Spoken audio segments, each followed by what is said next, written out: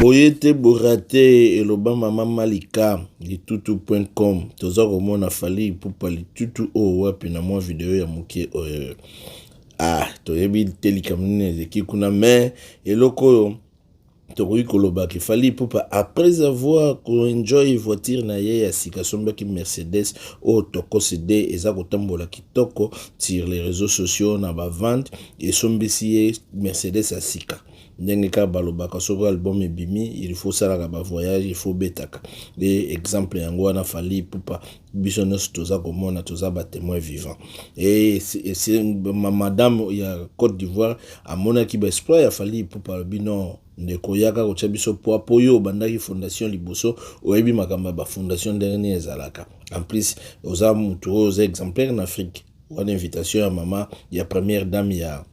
Abidjan Fally Ipupa lelo na tongo ala muki kitoko asali bino sine de vindenge asalaka toujours na ba oya ye ati poster ba photo na Instagram ye wana lobiki nazaki na Sofitel Hotel tout d'un coup et sengala ki fallait ba se rendre et pas ya fondation ezali kuna sika pe bakende kokutana na Inosbi na esika moko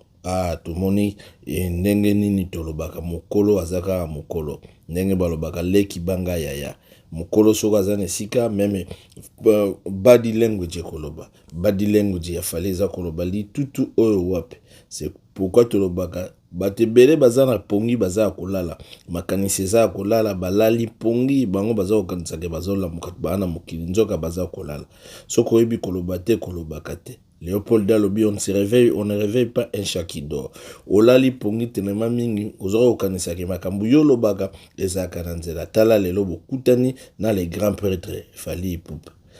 Yewana yo komika ko seka Inosbi aza ko seka minu nyonso libanda e bazotala ekaka. Oyebi se okutani na mutu moko bongo yozo seka tazotala yo kaka elingi kolobani. Bino mo comprendre eloko nini lekiwa Congolais pe asila soni tozelaka Inosbi boya koyoka Inosbi ndenge version koya kopesa awa pour complexe ce que les petit ndeko na biso na Inosbi asofaka déjà na complexe d'infériorité boya koyo tango bakotuna ene mission bomona ndenge ni na kosala ba dérapage biso no stoyebi déjà ba formule wana ndenge ezaka mais eloko est important zanini ba petit faut boye ba ko respecter ba vie et vie exactement mon cousin beaucoup kutana na makambo oyo mutu moko bande ko critiquer beaucoup kutana donc deuxième fois est arrivé déjà tout monde qui ont arrivé qui pa ya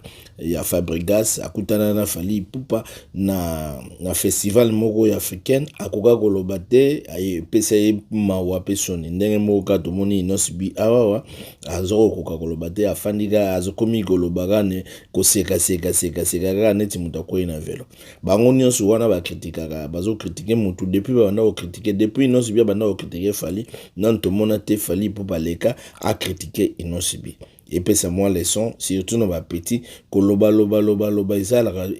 malamu mingi te yeba eloko nini oza koloba surtout ntimba oza komona ndenge na musique boyali okosa la concurrence na yo bato kame zala quand même un peu na manière et ba petit na biso o bazobima lelo ba Inosbi ba pomba nuance ba catching basalaka ipups et komaka pe na matoi na ye tala wana li tutu wana eza elobi tellement mingi ndenge Fally ka poster wana ndenge alobi te ndenge azoseka te donc c'est-à-dire langage na ye body language na ye zoloba to toyebi te azalaki na plaisir te eloko nini leki wana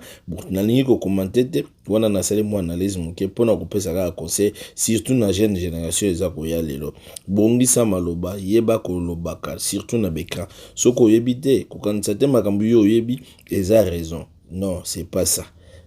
yo kaka litutu.com botika la kitoko na lingi bino